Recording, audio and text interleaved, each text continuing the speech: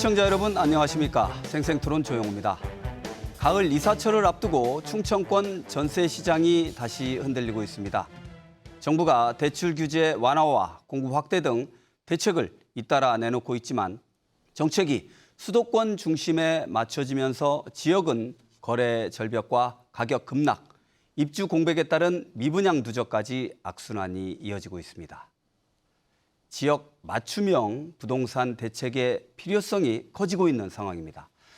오늘 생생토론에서는 지역 부동산 시장의 현실과 정책 효과, 그리고 맞춤형 해법을 짚어보겠습니다.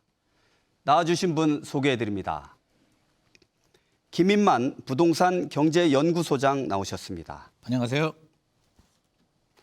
박유석 대전 과기대 부동산 재테크과 교수 시간 내주셨습니다. 네, 안녕하십니까. 네, 이어서 서용원 한국공인중개사협회 대전시 회장 자리하셨습니다. 네, 안녕하십니까. 먼저 준비된 영상 보신 뒤 본격적으로 얘기 나눠보겠습니다.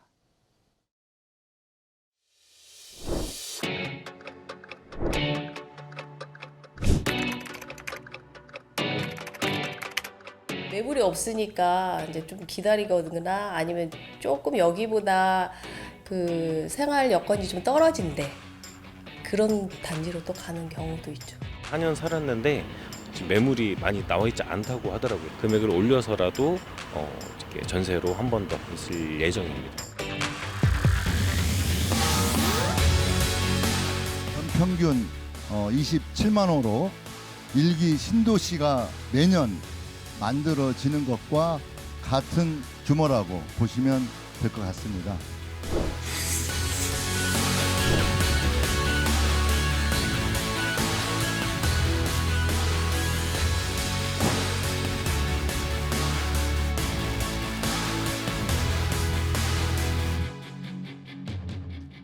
네, 추석 명절 연휴를 맞아서 이제 가족 친지분들 많이 모이셔서 이맘때쯤 하시는 얘기가 주로 이제 정치권 밥상민심 얘기 말씀하실 테고, 특히 이제 경제적인 부분으로 갔을 때 이제 부동산 얘기 말씀 많이 하시잖아요. 내 집 마련의 어떤 그런 꿈도 있으신 분들도 많고, 그래서 이 부동산 문제가 그 여러분들의 관심일 텐데, 첫 질문으로 일단 세 분께 한번 공통적으로 한번 여쭤보겠습니다. 이제 가을 이사철 앞두고 이제 전세 시장이 요동치고 있다 이런 말씀을 드렸는데, 현재 상황이 좀 어떤지, 세종은 절반 가까이 이제 줄고, 이제 전세값이 22개월 만에 최대폭으로 올랐다, 이제 이런 뉴스도 들렸거든요.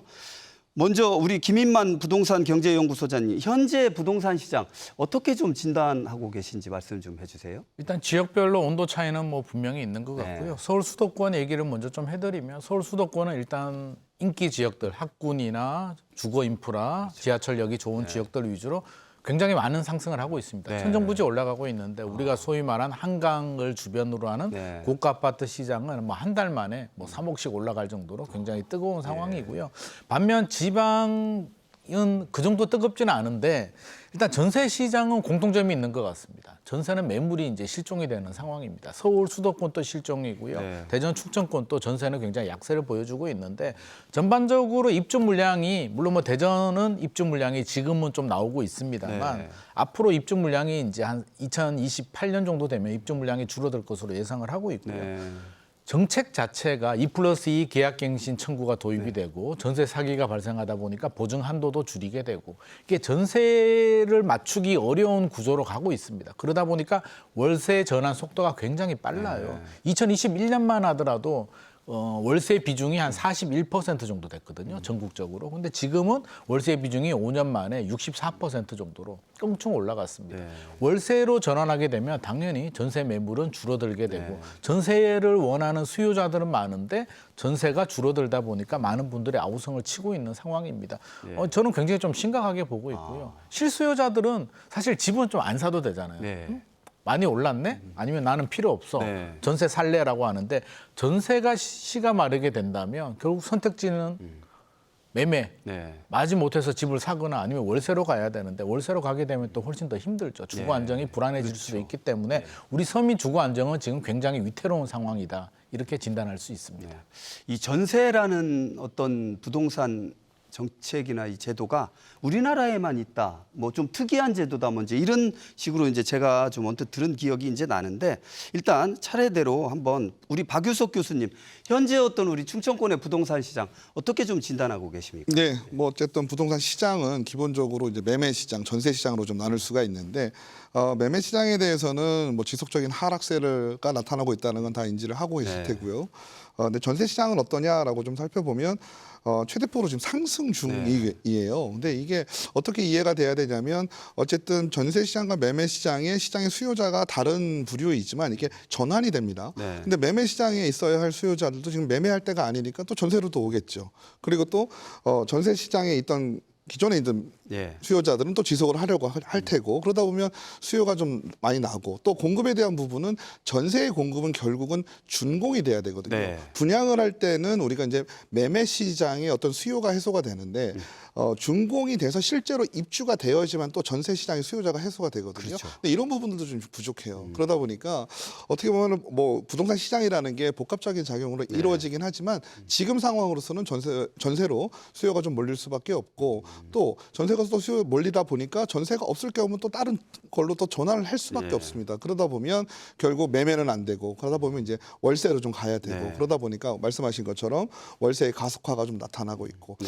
어떻게 보면 계속적인 좀 악순환이 나타난다라고도 볼 수 있을 것 같아요. 네. 그래서 대전 지역 같은 경우 또 세종 지역 같은 경우도 지금 전세값이 계속 오르고 있거든요. 또 그런 구조적인 거 뭐 임대차 3법이라든지 이런 원인들로 인해서 지금 월세가 전세로 가속화가 되고 또 전세 가격이 오르고 있다라고 네. 좀 이해할 수 있겠습니다. 네.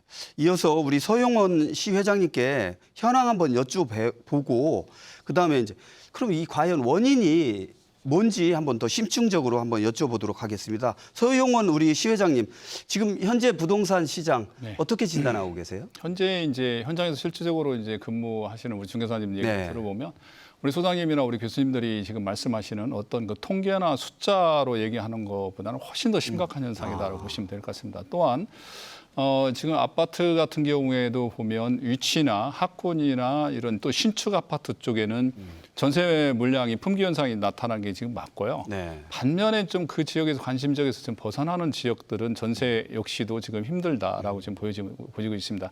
특히 세종 같은 경우에도 지금 네. 보면은 최근에 입주 물량이 세종이 거의 전무했었거든요. 그래서 세종은 전세 물량이 지금 철없이 지금 부족한 거죠, 네. 지금. 그래서 한 2천, 3천 정도 오히려 임차인들이 계약갱신권이 끝났다 하더라도 더 웃돈을 주고라도 오히려 그러시겠죠. 계약을 하는 네. 이런 현상이 지금 벌어지고 있고요. 대전 지역에서도 등산권으로 학군이 받쳐지는 지역, 또 도안동 쪽에도 신규 네. 아파트 쪽에는 전세 물량이 바로바로 지금 빠지고 있습니다. 그리고 신규 아파트 같은 경우에도 전에 같은 경우는 입주 시장이 약 5개월 정도 갔거든요. 근데 지금은 입주 시장이 한 달, 두 달 내에 끝나더라고요. 이런 현상이 나타나는 신규 물량 쪽으로 위치가 좋은 쪽으로 몰린다라는 거죠. 그래서 매매 시장에서 어떤 양극화 현상이 좀 세분화됐는데 지금 보면 매매 시장뿐만 아니라 이 전세 시장에서도 양극화가 세분화되고 있다라는 걸 현장에서 피부로 좀 느낄 수 있는 이런 부분입니다. 그러면 우리 시 회장님, 이 전세 매물 실종과 어떤 거래 양극화 원인 한번 짚어주실 수 있으실까요? 어떤 원인이 있을까요? 네, 첫째는 이제 공급 물량인 것 같아요. 네. 공급에 이제 부족했다라는 그 물량이 좀 있고, 그다음에 전세 시장 같은 경우에는 아까도 사회자님 말씀을 하셨지만 우리나라에만 유일하게 있는 게 전세 제도가 물론 없는 서민들 입장에 내 집 마련을 하기 위한 어떤 마중물 그렇죠. 역할을 예. 사다리 역할을 한 거는 분명히 맞아요. 네. 그런데 거기에 또 특이한 건 뭐냐면 전세금 대출을 해줬다는 얘기거든요. 예. 이건 정말 우리나라에 있는 만한 정말 특이한 제도거든요. 네. 전세금 대출로 전세금 가지고 전세를 가면 괜찮은데 거기에 또 정부에서 은행에서 대출을 또 해줬다는 얘기죠. 그래서 이 전세 제도에서는 이따 후반부에도 또 말씀을 좀 네. 드리겠지만 전반적인 좀 필요하다, 개선이 좀 필요하다고 보는 거고 지금 아까 김희환 선생님 말씀을 드렸지만서도 지금 저 월세 비율이 한 60% 정도 된다고 그러죠. 저는 전세에서 월세 시장으로 지금 가는 거는 극히 정상적인 시장이다. 그것을 일부러 정부에서 전세 시장을 유지하려고 전세 대출을 또다시 과하게 해준다든지 이런 현상이 벌어진다면 현장에서 또한 어떤 괴리 현상이 또 나타날 수도 네. 있기 때문에 자연스러운 이런 현상을 정부에서 의도적으로 막을 필요는 없지 않다. 네. 그래서 지금 이런 변화에 대해서 좀 더 주의 있게 관심을 가지고 지켜볼 필요가 있다. 그래서 학계나 이런 전문가들 입장에서도 네. 이 전세 제도에서는 이번 기회에 억지로 막 이거 부양을 하려고 하지 말고 좀 더 지켜보면서 이거에 대한 개선책을 좀 찾아가야 되지 않나라는 생각을 좀 합니다. 네. 우리 박유석 교수님께서는 어떻게 좀 분석을 하고 계세요? 네, 그렇습니다. 과거에 이제 가을이면 좀 이사철이라고 네. 전통적으로 좀 불렸고 그렇죠. 뭐 네. 이사를 많이들 하실 텐데요. 작년에 비해서 올해 아파트 입주 물량을 좀 보니까 올해 10월에는 대전 세종이 입주 물량이 없습니다. 0세대고. 그런가요? 예. 네, 그리고 충남 천안에 584세대 정도 돼요. 네. 그러니까 말씀드렸던 것처럼 입주 물량이 있어야지 전세 공급이 되는데 지금 그러지 못하고 있다라고 좀 볼 수가 있는 거고요. 뭐 또 하나 좀 말씀을 드리면 이렇게 전세 시장이 좀 어려우니까 계약갱신 청구권의 적극적인 사용이 좀 있는 것 같아요. 그래서 지금 2+2로 네. 한 번 더 살 수 있는데 계약을 하셨던 분들이 어떻게 보면 이제 더 좋은 주거를 위해서 이렇게 옮기시죠. 아무래도 전세를 네, 사시거나 그러시겠죠. 이러시면. 그런데 지금은 옮기려고 하면 대출도 추가적으로 안 되고 네. 또 매물 자체도 잘 없습니다. 네. 그러다 보니까 기존에 있는 집에 한 번 더 살게 되는 그런 권리를 행사하시는 게 많은 것 같아요. 그래서 앞으로 이제 좀 전세 매물이 부족한 이 현상은 단기적으로는 좀 해소되기 좀 어렵지 않을까 좀 예상해 볼 수가 있는데요. 최소 뭐 내년 상반기까지 좀 입주 물량이 많지 않은 것 같아요. 네. 그러다 보니까 공급이 안 되니까 좀 여전히 좀 힘들 것 같은데 이후에 또 입주 물량이 또 늘어나면 또 자연스럽게 해소될 상황이라고 보는데 어쨌든 여러 요인 중에 어떤 매매 시장의 흐름 또 부동산 전체 시장의 흐름과 밀접한 관련이 있기 때문에 어떤 정책적인 방향을 통해서 개선이 좀 된다면 전세 시장, 매매 시장 다 좋아질 것으로 볼 수 있겠습니다. 네. 우리 김인만 부동산 경제연구소장님께서 이제 모두의 이제 상황과 함께 원인까지 이제 살짝 짚어주셨는데 좀 더 심층적으로 좀 말씀해 주실 부분이 있을까요? 네, 지금 부동산 시장의 트렌드를 말씀을 드리면 양극화입니다. 서울과 지방의 양극화, 예. 지역별로 양극화입니다. 우리 회장님께서 말씀하셨듯이 대전 내에서도 학군지에 따라서 양극화가 발생을 하고 있는데 일단 전세를 좀 보게 되면 이제 전세는 전세의 가율이라는 게 있습니다. 네. 매매 가격 대비 전세 가격의 비율이 있는데 전세 가율이 서울 수도권과 그 외 비수도권이 좀 달라요. 비수도권 지역들은 전세 가율이 올라가고 있고요. 그러니까 집값이 예를 들어서 10억이라고 한다면 전세 가격이 뭐 7억, 8억 이렇게까지도 올라가는데 서울 수도권 지역들은 내려가고 있습니다. 지금 한강벨트의 강남권의 전세 가율은 30%대도 되지 않습니다. 우리가 일반적으로 50%대를 유지하고 있었는데 최근에 30%대로 내려왔습니다. 그게 무슨 얘기냐면 매매 가격 대비 전세 가격의 비율이기 때문에 수도권 지역들은 집값이 지속적으로 올라요. 불안 심리에 양극화에 전국에 있는 돈을 지금 빨아들이는 블랙홀 효과가 생기기 때문에 집값, 매매 가격 분모가 올라가다 보니까 상대적으로 전세 가율이 떨어집니다. 그럼에도 불구하고 투자를 하는 이유는 집값이 올라갈 것 같은 기대감이 있기 때문에 전세 가율이 낮음에도 불구하고 많은 돈을 투입을 해서 올라가게 되는데 그러면 전세 가격은 낮죠. 낮은데 매물이 없습니다. 그래서 수도권은 매물이 없기 때문에 낮은 전세 가격임에도 불구하고 힘든 거고요. 비수도권 지역을 보게 되면 전세 가율이 높습니다. 왜 높냐라고 한다면 집값 상승에 대한 기대감이 수도권보다는 낮아요. 집값 많이 안 올라가지. 대전만 하더라도 입주 물량이 한 3년 정도는 부족하지 않거든요. 그러다 보니까 한번 기다려봐야지. 전세 살고 기다려야지. 매매 수요가 전세로 이동하게 되면서 전세 수요는 많아져요. 그러니까 전세 가율이 올라갑니다. 그래서 당분간은 이런 흐름이 저는 이어질 수도 있다라고 보는데요. 일단 기준점이 높아졌거든요. 서울이 집값이 올라갔습니다. 과거 사례를 보더라도 아무리 양극화라고 하더라도 흐름이라는 게 있거든요. 수도권, 서울 집값이 올라가게 되면 대전, 충청권도 시차를 두고 아마 한 3년 후 정도 되면 입주 물량이 소화가 되고 전세 가율이 높아졌단 말이에요. 전세 가율이 높아진다는 얘기는 매매 가격 대비 전세 가격 차이가 좁으니까 전세를 끼고 투자하기가 좋은 환경이 만들어집니다. 서울 수도권은 규제가 굉장히 많은데 대전, 충청권은 규제가 없거든요. 3년 후가 되면 또 집값을 밀어 올리는 부작용이 생길 수도 있기 때문에 이 전세 가율이 올라가는 부분에 대해서도 정부도 마찬가지고 지자체도 좀 신경을 좀 많이 써야 될 것 같습니다. 그 결국에는 어떤 부동산 정책의 어떤 확실성 이게 좀 필요할 것 같다. 이제 이런 말씀을 드리고 싶은데 이어서 좀 논의돼야 될 상황이 이제 지난달 9월 7일에 이제 정부에서 부동산 시장 안정화 대책을 발표하지 않았습니까? 그래서 이른바 이제 97 부동산 대책 뭐 이렇게들 다들 말씀을 하시는데 그 이후에 그러면은 그 우리 충청권에 어떤 영향이 미쳤는지 좀 짚어볼 필요가 있을 것 같아요. 박 교수님 어떻게 좀 분석이 될까요? 네, 한 달 정도 됐는데. 네, 그렇습니다. 97 대책이 이제 이번 정부 들어서 두 번째 부동산 정책입니다. 예. 지난 6월 27일 6.27 대책에서는 금융 규제를 중심으로 한 어떤 정책이 나왔으면 네. 97 대책은 공급 위주의 정책입니다. 물론 금융 규제와 공급, 어떤 투트랙으로 어떤 시장을 활성화시키겠다라는 의지는 좀 확고해 네. 보이는데 중요한 거는 이 두 정책 모두 지역적인 한계를 가지고 있다는 얘기예요. 주로 수도권과 서울 위주의 정책이었다라고 분석을 좀 할 수 있을 텐데요. 그렇기 때문에 오히려 우리 지역인 충청권에서는 어떤 정책에 대한 수혜보다는 부정적인 영향을 더 많이 받은 것 같아요. 그래서 뭐 이번에는 서울 수도권의 공급을 뭐 135만 원 하겠다 네. 이렇게 나왔는데 네. 지역에는 얘기가 없죠. 그러다 보니까 오히려 지역에서는 정책에서 소외되는 지역 그리고 오히려 정부는 시장을 활성화시키겠다, 그러니까 지역을 활성화시키겠다라는 의지를 갖고 있지만 실제로는 어떠한 정책도 없기 때문에 지역에서는 오히려 더 불안하고 있습니다. 그래서 우리 지역에서는 거래 절벽이 오히려 더 가속화 좀 되었고요. 그래서 거래량이 전달 대비 오히려 49.5% 급감했다고 아까 리포트에도 나왔는데 이러다 보니까 심리가 더 위축이 될 수밖에 없습니다. 그래서 현재까지 나와 있는 정책 6.27, 97 대책 모두 다 우리 지역에서는 좀 부정적인 영향이 더 크게 나타나고 있다라고 말씀드릴 수 있겠습니다. 어떤 혜택이라면 좀 이상한 말이 될 수도 있겠지만 그 부동산의 어떤 정책의 수혜 대상이 서울과 수도권 중심이고 지역은 좀 소외됐다. 이제 이런 식으로 좀 이해를 할 수 있을 것 같은데 우리 소용원 시회장님께서는 어떠세요? 지금 시장에서 더 민감하게 이 부동산 정책을 받아들일 것 같은데 좀 어떻게 보십니까?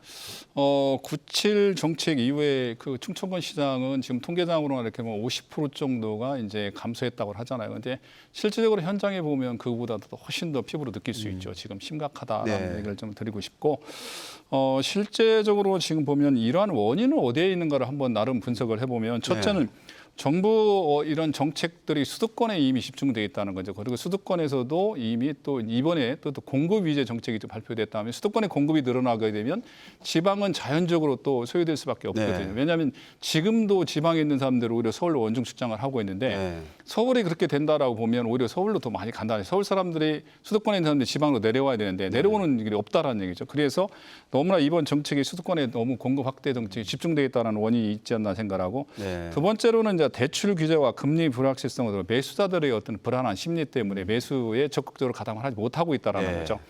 셋째는 전세 시장에 이제 아까도 말씀드린 불안한 심정이 지금 맞물려 있다라는 거죠. 전세는 오르고 있고 매매는 얼어붙는 이런 어떤 괴리 현상이 나타나고 있다는 거죠. 전세 가격이 올라가면 매매 가격이 같이 덩달아 올라가야 되는데 전세 가격은 올라가고 있지만 매매 가격은 오르지 않는 이런 괴리 현상이 좀 발생하고 있는 건데 이러한 현장 속에서 보면 계속된다면 집주인은 쉽게 팔지를 못해요.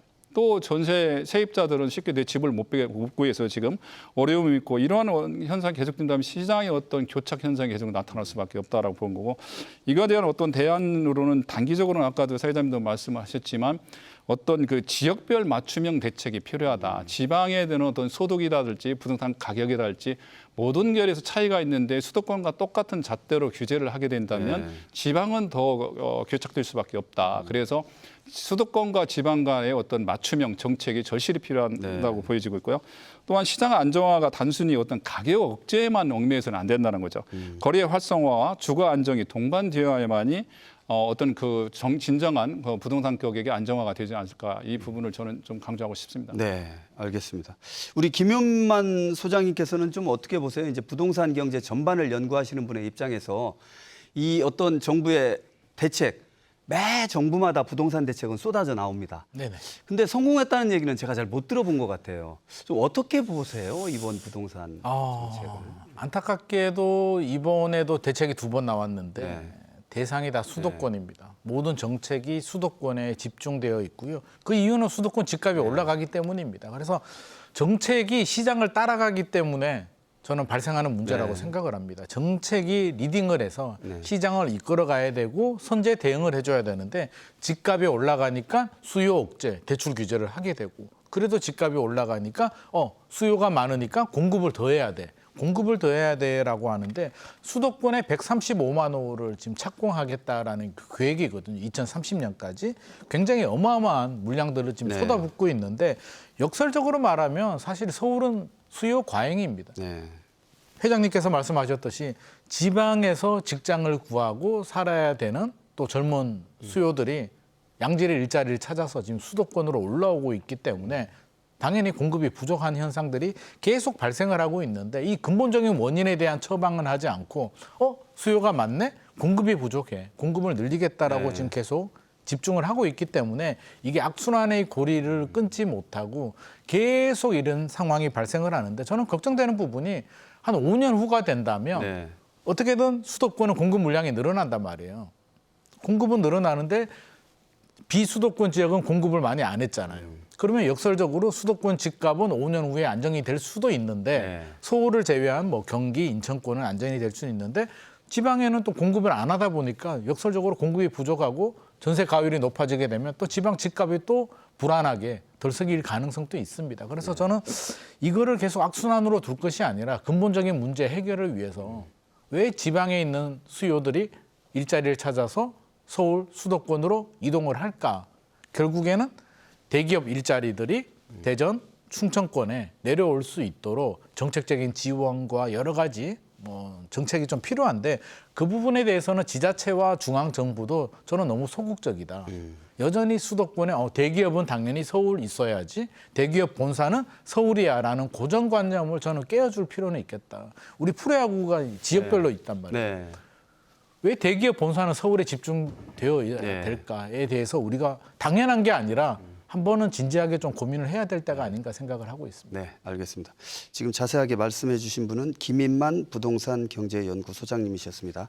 이어서 그러면 과연 이 정부에서 부동산 정책을 내놓을 때 왜 이렇게 수도권에만 집중이 돼서 설계를 하는지 그 한계는 뭐가 있는지 좀 짚어볼 필요가 있겠는데 우리 박유석 교수님은 어떻게 보세요? 이런 정부의 부동산 대책이 어떤 서울이나 수도권 중심으로 될 수밖에 없는 한계가 있습니까? 어떻게 보십니까? 저는 이미 정부는 다 알고 있을 거라고 봅니다. 네. 왜냐하면 부동산 현상이라고 하는 거는 뭐 빤하게 나옵니다.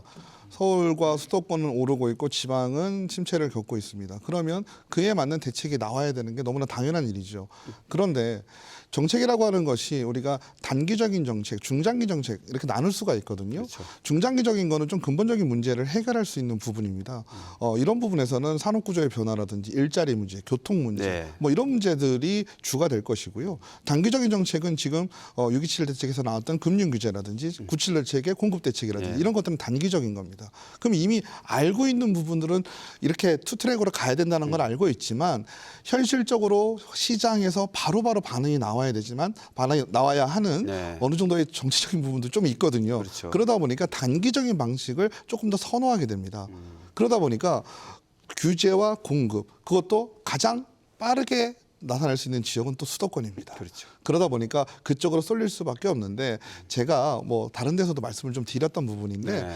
기대하는 바는 조금 있습니다. 왜냐하면 이 시장의 상황을 제대로 이해하지 못하고 정책을 냈다면 계속 어떤 수도권 중심으로 나오겠지만 시장에 대한 어떤 문제, 이 부동산 문제를 해결하기 위한 거를 정확하게 진단을 하고 있다면 네. 이제는 지역 맞춤형 정책도 그 다음 정책으로 앞으로 나오지 않을까라고 기대를 하고 있기 때문에 서울과 수도권 그리고 공급과 어떤 수요, 규제 이런 부분들을 같이 조절할 수 있는 정책이 나올 것으로 예. 기대하고 있습니다. 네, 알겠습니다. 이어서 우리 서용원 시 회장님께도 비슷한 질문 드려볼게요. 지금 대전에서 이제 부동산 이쪽 이제 그 현업을 하시니까 더 어떤 정부의 부동산 대책에 대한 한계 아니면 뭐 바라는 점 이런 게 좀 있으실 수 있을 것 같은데 좀 뭐 지역에 필요한 부동산 대책까지 아울러서 한번 말씀해 주시죠. 지금 이제 정부의 어떤 그 수요 억제 정책만 가지고는 한계가 있다고 네. 봐요. 물론 이제 지방 같은 경우는 지금 이제 공급이 아까 이제 우리 수장님도 교수님도 말씀하셨지만 단기에 이제 조금 그 공급이 많이 늘었죠. 네. 그래서 오히려 공급이 더 이제 과잉 공급이 되는 이런 현상 때문에 주택 가격이 지금 떨어지고 있고 물론 이제 실수요자들 입장에서는 지금 불안하죠. 또 네. 그것도 엄청 분양가가 자체가 너무 높다라는 높아졌죠. 문제점도 네. 있죠, 사실. 근데 지금 이런 어떤 그 수도권의 어떤 공급 위주의 정책 가지고는 힘들다. 왜냐하면 대전에 있는 분들이 실질적으로 거주는 대전에 하더라도 투자는 어느 쪽으로 가려고 하냐면 지금 서울 쪽으로 가려고 해요. 왜 서울 가격이 더 부동산 가격이 오른다라는 확신을 가지고 있거든요. 그거는 그거에 대한 확신을 가지고 있기 때문에 오히려 투자는 서울로 하고 거주는 대전에서 하고 있는 오히려 지금 이런 현상이 나타나고 있다는 거죠. 그래서 대전이라든지 지방이 좀 활성화되려고 보면 지방 맞춤형 정책이 절대적으로 필요하다라고 좀 보고 있고요. 예를 들면 어떤 그 지방에서 청년이라든지 신혼부부들이 이런 분들이 정착할 수 있는 이런 지원 정책이 필요하고, 그다음에 노후 주거지 정비 지원이라든지 지역 산업, 교통 인프라와 같은 거, 그다음에 일자리 창출이 연계된 정책이 나오지 않고 단순히 어떤 수요 억제랄 공급 정책만 가지고는 한계가 있다는 거죠. 그래서 어떤 일자리 창출이랄지 이런 부분이 연계돼야 된다는 거죠. 그렇지 않고 한 면만 단순히 주택만 가지고 부동산을 논하고 부동산 가격을 안정화시킨다든지 부동산 가격을 뭐 올린다든지 이런 거는 한계점이 있다. 그래서 모든 이 부동산은 이게 예술이라고 하잖아요. 부동산 가격. 그래서 모든 것들이 다 복합돼 있다라고 지금 보시면 될 것 같습니다. 그래서 그런 부분들이 같이 연계되고 지방과 수도권 간의 어떤 차별화 전략이 저는 분명히 필요하다라고 보고 있습니다. 네.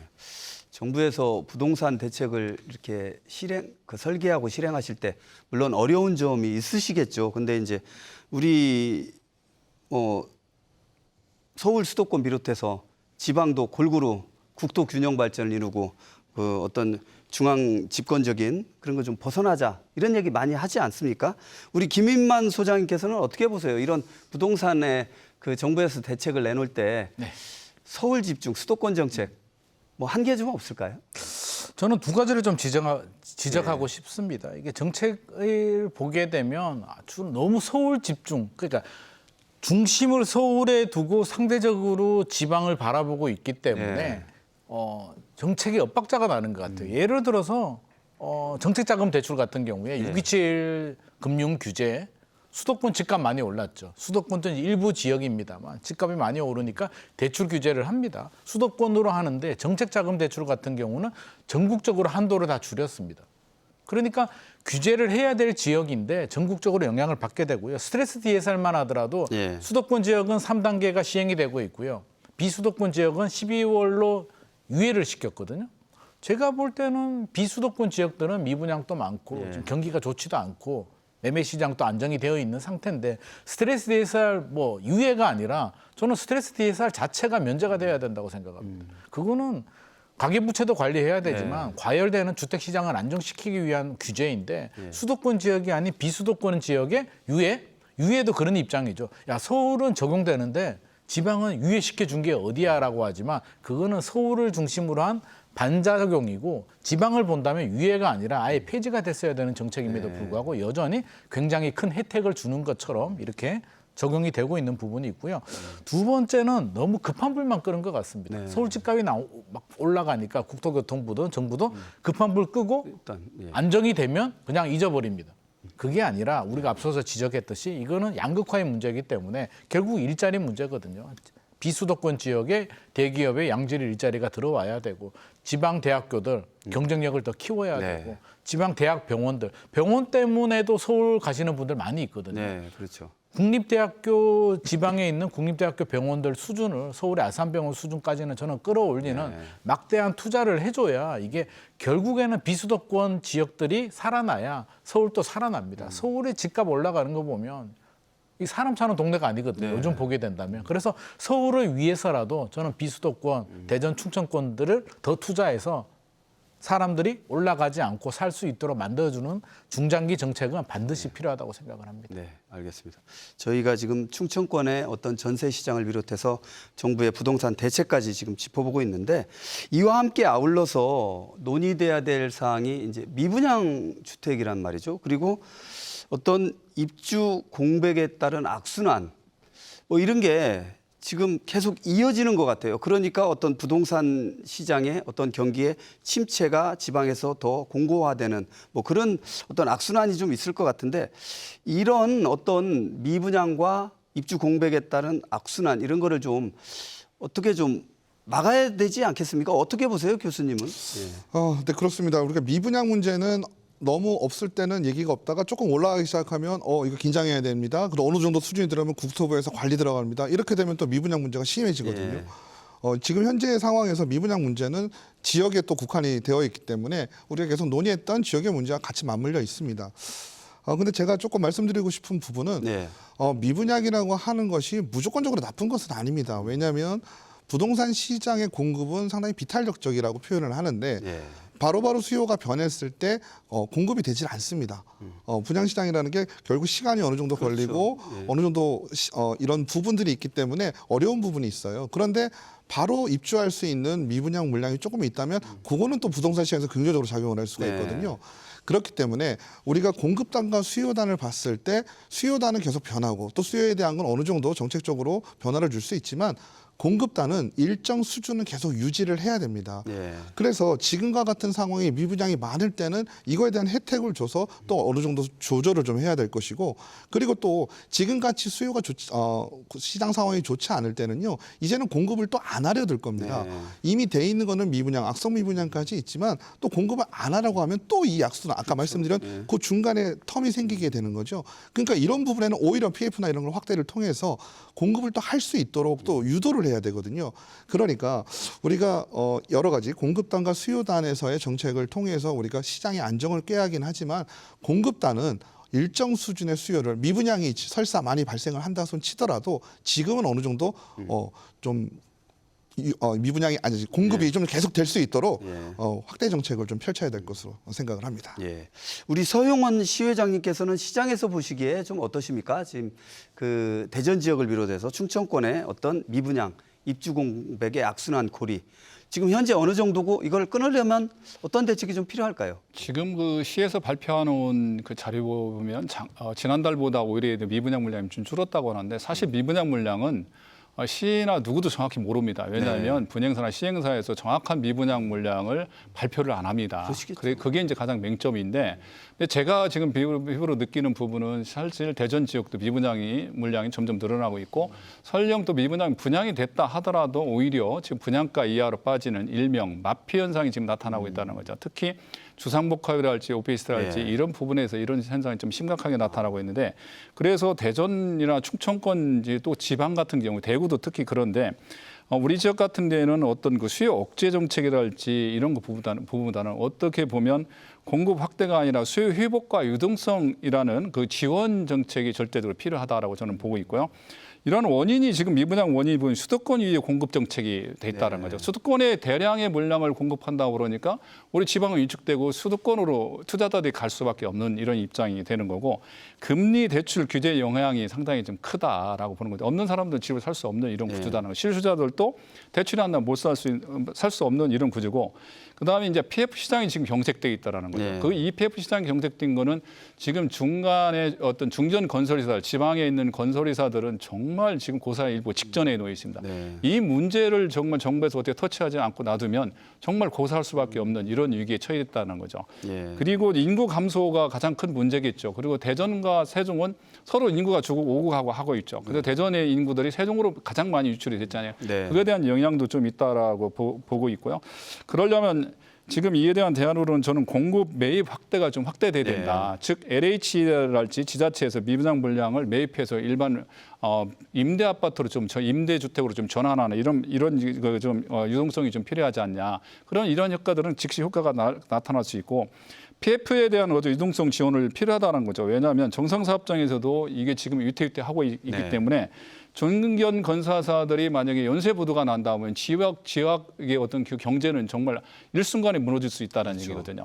그리고 이제 조건부 분양 전환을 하려는데 일정 기간 임대 후에 분양할 수 있는 조건부 분양 정환이랄지 이런 정책이 좀 필요하다라고 보는 거고 지역의 맞춤형 정책이 아까 우리가 계속해서 말씀드리지만 지역의 맞춤형 정책이 필요하다라고 보는데 충청권 같은 그래서 공급 억제가 아닌 수요 촉진형 로드맵이 필요하다고 저는 봅니다. 그리고 어떤 교통망을 연계해서 대전, 세종, 청주가 좀 지역산업 혁명이랄지 활성화를 통해서 이게 연계해서 연동을 해서 지역의 어떤 지방의 활성화 정책이 절실히 필요한 시점이 아닌가 생각합니다. 네, 알겠습니다. 계속해서 우리 김인만 소장님께도 우리 지역의 미분양 입주 공백에 따른 악순환의 고리를 좀 끊으려면 좀 어떤 좀 조언해 주실 수 있을까요? 저는 중앙정부가 보다 적극적인 정책 지원이 필요하다고 생각합니다. 지금 나오는 대책을 보게 되면 미분양이 전국적으로 7만 호 가까이 되면 항상 대책이 나오는데 나오는 대책을 보게 되면 CR 리츠다, 매입 임대다, 공공이 주도해서 어떤 지원을 좀 해주겠다라는 정도가 나오는데 시장의 수요자들한테 물어보게 되면 CR 리츠가 뭔지도 잘 모릅니다. 그리고 실제로 성과도 그렇게 높지 않습니다. CR 리츠를 하게 되면은 또 좋은 가격에 사주진 않거든요. 네. 아주 저렴한 가격에 또 잡다 보니까 또 답이 잘 안 나오는데 저는 왜 적극적인 정책 지원이 필요하냐면 네. 회장님께서 말씀하시고 교수님께서도 말씀하셨듯이 지금 지방에 있는 많은 수요자들의 돈이 수도권으로 지금 빨려 들어가고 있는데 반대로 가야 된다고 생각하거든요. 서울로 향하는 서울 집값이 올라갈 것 같아. 네. 그게 메리트거든요. 네. 집값이 올라갈 것 같은 메리트 때문에 들어가는데 역설적으로 미분양을 사게 되면 지금 혜택이 없습니다. 뭐 1주택으로 봐주겠다 정도만 나오고 있는데 그 정도 가지고는 저는 안 된다고 봅니다. 지금 세컨드 홈 인구 소멸 지역에 나왔는데 광역시들은 또 다 빠지거든요. 중소도시에 인구가 줄어드는 지역에 1주택으로 봐준다고 해서 누가 그렇게 공격적으로 투자를 하겠습니까? 저는 세컨드홈 정책을 모든 광역시까지 다 포함을 해야 된다고 생각하고요. 또 1주택을 미분양을 1주택이든 2주택이든 사게 되면 주택 수에 상관없이 세제 혜택을 줘야 되는데 예를 들어서 5년간 양도세 면제를 줄게. 네. 1년 안에 지방 미분양을 사게 되면 주택 수 상관없이 5년간 양도세 면제, 취득세 뭐 면제, 재산세 감면 이런 인센티브를 줘도 고민을 할까 말까인데 정부는 여전히 굉장히 소극적으로 이러다가 투기 생기면 어떡하지? 일단 요만큼 한번 줘보고 반응을 보고 이렇게 주는 정책을 하다 보면 은발의 오줌 누기밖에는 되지 않기 때문에 저는 지방에 대해서는 공격적으로 정책의 효과를 쏟아부어 준다면 서울로 향하는 물길이 반대로 가면서 서울 주택 시장도 안정이 되고 지방의 미분양 소진에도 큰 도움이 되지 않을까 생각을 하고 있습니다. 네, 알겠습니다. 이 정부의 부동산 대책에 지금 박유석 교수님께서 아까 말씀해 주신 대로 주요 골자가 이제 대출 제도 개선과 이제 공급 확대란 말이죠. 근데 이제 공급 확대는 무한정 이제 계속 할 수도 없고 어떤 한계도 있을 수 있을 것 같은데 이와 아울러서 다주택자, 그러니까 여러 채 많이 가지고 계신 분들도 계실 거 아니에요? 이런 분들의 매물을 좀 유도를 해서 좀 어떤 공급을 단기적으로 좀 확대할 수 있는 이런 대책도 좀 필요하지 않느냐, 이제 이런 말씀도 하시거든요. 우리 박 교수님 어떠세요?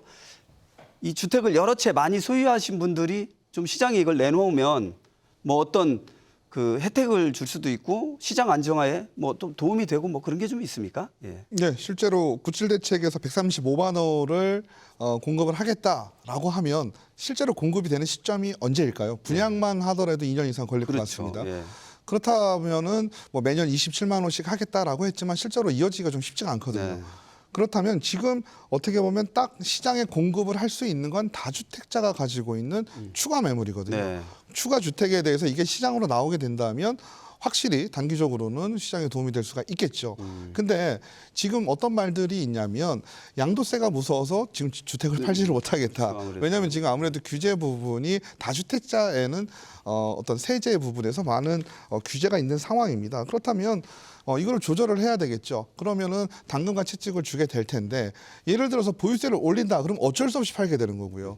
아니면 양도세를 줄여주겠다. 그러면 유도를 하게 되겠죠. 네. 정부가 어떠한 선택을 하겠냐. 이거는 조금 두고 봐야 할 일이겠지만 아무래도 급하게 아무래도 시장이 너무 공급이 부족하다라는 판단이 들면 앞으로 세제 혜택을 건질 수도 있다라고 하는 말이 나오는 이유가 이런 부분이 아닐까 싶습니다. 네, 알겠습니다. 우리 김인만 소장님께서는 어떻게 보세요? 이 다주택자에 대한 매물 유도, 뭐 안전장치 또는 뭐 한계 이런 게 좀 있을 수 있을까요? 어떻게 보세요, 소장님? 저는 투 트랙으로 가야 될 것 같습니다. 네. 이 부분에 대해서는 수도권과 비수도권이 좀 따로 가야 될 것 같아요. 수도권 지역은 지금 수요도 많고 공급이 부족하기 때문에 다주택자들의 매물이 나올 수 있도록 해줘야 주택시장이 안정이 됩니다. 그래서 교수님 말씀하신 것처럼 보유세는 좀 올려주고 양도세는 좀 내려줘서 시장에 매물이 나와서 공급은 입주 물량은 안 나오지만 매물이라도 나와서 시장이 안정이 돼야 된다라는 점이고요. 반대로 비수도권, 특히 대전, 세종, 충청권 같은 경우는 지금 입주 물량이 2028년까지는 있거든요. 여기에 매물까지 나오게 되면 공급 과잉이 될 수도 있기 때문에 저는 오히려 지금 정부가 임대 사업자들한테 불이익을 많이 주고 있거든요. 왜? 서울을 기준으로 해서 니들이 다주택을 가지고 있으니까 집값이 올라가는 거 아니야라는 잣대로 규제를 하고 있는데 저는 비수도권 지역에 대해서는 임대 사업자들한테 혜택을 많이 줘야 된다고 생각합니다. 그래서 다주택을 보유하시는 분들이 오히려 매물을 내놓지 않고 충분히 임대 사업을 잘 할 수 있도록 그리고 이분들이 매물을 내놓게 되면 새로운 임대 사업자가 받아서 충분히 잘 할 수 있도록 해줘야 지금 3년 정도의 공급이 많은 시점을 잘 넘길 수가 있는데 네. 수도권과 똑같이 규제를 해버리게 되면 오히려 반대 공급 과잉 현상이 더 증폭될 수도 있기 때문에 이 부분에 대해서는 좀 투트랙으로 갈 필요가 있을 것 같습니다. 네, 알겠습니다. 우리 서용원 대전시 회장님 같은 경우에는 어떤 의견이 좀 있으실까요? 매물을 유도를 하면 뭐 어떤 또 우려되는 사항도 있을 것 같습니다. 많이 있죠. 예. 그 전에 이제 우리 김유한 소장님이 서울에서 오셔가지고 서울 위주의 정책을 펴야 된다고 생각할까봐 상당히 긴장을 많이 했는데 지방을 많이 배려해 주시는 네. 것 같아서 너무 분위기가 좋습니다. 네. 이제 본래 제 생각이 현장에서 이렇게 보면 양도소득세 중과세가 저는 문제 있었어요. 처음부터 이거 소급 적용을 또 했거든요. 시장에서는 그래서 정부 정책을 믿지 못하는 겁니다. 왜냐하면 그 소급 적용하면 그 전에 다주택자들을 양도세 중과세하고 또 보유세 중과하면 이분들은 어떻게 퇴로가 없는 거예요. 그래서 네. 정부 정책의 일관성이 항상 떨어진다. 이게 문제다. 저는 항상 문제가 그거라고 봐요. 일관성 있는 정책으로 가야 되고 소급 적용하면 안 된다라고 네. 보는 부분인데 그렇다고 지금 와서 이 양도세 중과를 또 완화했을 때 거기에 대한 긍정적인 효과도 있고 마이너스 효과도 분명히 있을 거예요. 잘못 풀게 되면 이게 오히려 또 지방의 어떤 부동산 가격이 폭등할 수도 있는 그런 위험도 있고 또 매물이 또 많이 나오면서 가격이 안정화될 수도 네. 있는 양면의 칼 같은 이런 그게 이게 부동산 세제 문제인데 그래서 이런 부분에 대해서는 좀 신중하게 접근할 필요가 있다. 그래서 저는 나름 이거에 대해서 한번 생각해보면 양도세도 다주택자들에게 대해 매수자가 만약에 실소유자하고 무주택자들이 사는 사람에 한해 대해서는 그분들한테 좀 매수할 수 있는 기회도 주고 매도자, 양도자들도 다주택자들 좀 퇴로를 좀 열게 해서 이분들에게는 뭔가 양도세 중과세를 좀 완화해주는 이런 선별적인 정책이 좀 필요하지 않는가 보고요. 임대등록제 제도도 이건 전면적으로 저는 한번 손을 봐야 될 필요가 있다라고 보고 있습니다. 그리고 여기에 대한 양도세 같은 경우는 저는 한번 총량제로 갔으면 좋겠다라는 한번 검토를 한 번 정도는 전문가들이 양도세 총량제에 대해서 한번 검토해볼 필요가 저는 있다고 생각합니다. 그리고 이게 이제 해외 사례를 한번 제가 살펴보니까 네. 일본 같은 경우에 이제 법을 위해 1990년대에 보면 다주택자들 양도세 완화를 해서 매물을 유도를 했어요.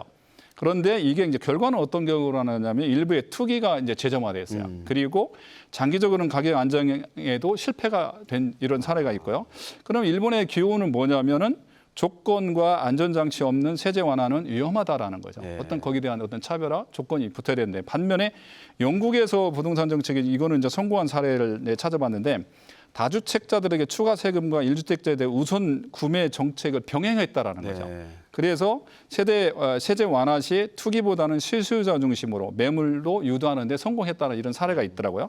그래서 이거에 대한 교훈을 보면 안정장치와 함께 이런 것들, 이런 제도들이 적용이 됐을 때 효과를 발휘할 수 있다라는 거죠. 네. 그래서 다주택자들의 매물 유도는 필요하지만은 이게 한시적이 아니라 정책의 어떤 그 신뢰감이 있는 이런 지속 가능한 네. 정책이 나와야 된다고 저는 봅니다. 예, 부동산 대책과 관련해서 부동산 시장과 관련해서 세 분께서 자세하게 말씀을 해주셨는데 저희가 준비한 시간이 거의 다다르고 있습니다.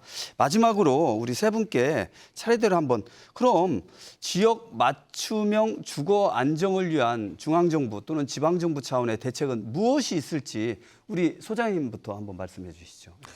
앞서서도 저희가 말씀드렸듯이 이제 서울과 좀 구분을 해서 그러니까 입장을 서울 기준에서 지방을 보지 말고 지방으로 와서 지방을 좀 볼 필요가 있을 것 같습니다. 네. 그래서 대출 규제도 수도권과 좀 투트랙으로 가야 될 것 같고요. 네. 스트레스 DSR 3단계는 유예를 시켰지만 부활하면 안 됩니다. 네. 그래서 비수도권 지역은 아예 1단계도 필요 없다고 생각하거든요. 네. 그래서 아예 새로운 정책, 주택 공급 정책, 다주택자 여러 가지 정책들을 보게 된다면 서울과는 완전히 다른 시장으로 좀 바라볼 필요가 있을 것 같고요. 미분양 소진 정책에 대해서는 저는 빨리 좀 시행을 해야 될 것 같고요. 앞서서 이제 지 회장님 말씀하신 부분에 대해서도 양도세 부분에 대해서도 1주택자나 무주택자들이 사게 된다면 저는 그런 것도 필요할 것 같아요. 양도세 감면을 주는데 무주택자와 1주택자한테 KB 시세 대비 뭐 10%포인트 저렴하게 팔면 양도세율도 그 정도 깎아주는 정책도 좀 필요하지 않나 싶습니다. 그래서 서울 수도권은 규제가 필요한 건 맞는데 비수도권 지역들은 규제가 필요 없는 지역이고 오히려 혜택을 주고 더 많은 지원을 해줘야 된다고 생각을 합니다. 네, 알겠습니다. 우리 이어서 우리 박유석 교수님께도 비슷한 질문 한번 드려보겠습니다. 네, 단기적인 정책은 어느 정도 나온 것 같아요. 금융 쪽으로 좀 강조를 해서 금융 정책을 좀 통해서 수요를 좀 유도하면 좋을 것 같고요. 장기적인 부분 다시 한번 말씀드리면 네. 산업이라든지 교통, 주거 환경 이런 게 중요할 것 같아요. 특히나 이제 대전 같은 경우는 과학벨트, 그다음에 네. 반도체 클러스터 이런 부분들이 좀 장점이 좀 있거든요. 그래서 이걸 잘 이용을 해서 지역 경제를 살리고 또 부동산 시장도 살리는 그러한 장기적인 정책이 필요할 것 같습니다. 네, 알겠습니다.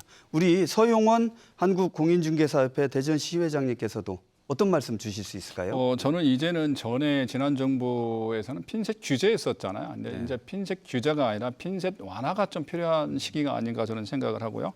그다음에 이제 공공 매입이랄지 전세 안정망을 좀 강화할 필요가 있다라고 네. 보고 있습니다. 그다음에 지역의 어떤 특화 정책 설계가 필요하다. 그래서 입주 공백이랄지 미분양, 전세 불안 등 지역별 현황을 기반으로 한 로드맵이 네. 필요하다라고 보고 있고요. 그다음에 단기 지원과 어떤 중장기 공급 계획 연계를 통해서 거래 활성화, 시장 안정을 동시에 좀 달성할 수 있는 이런 정책이 있으면 필요가 있다 이런 생각을 좀 해보고 저희 방송에 나간다니까 정말 우리 시청자분이 한 번에 딱 그런 말씀하시더라고요. 네. 임대인이. 임대인들에게 더 이상 그 전세 사기꾼이라는 명예를 좀 씌우지 말았으면 좋겠다. 네. 자기들도 임대인들도 선량한 임대인들도 지금 너무 힘들다. 왜?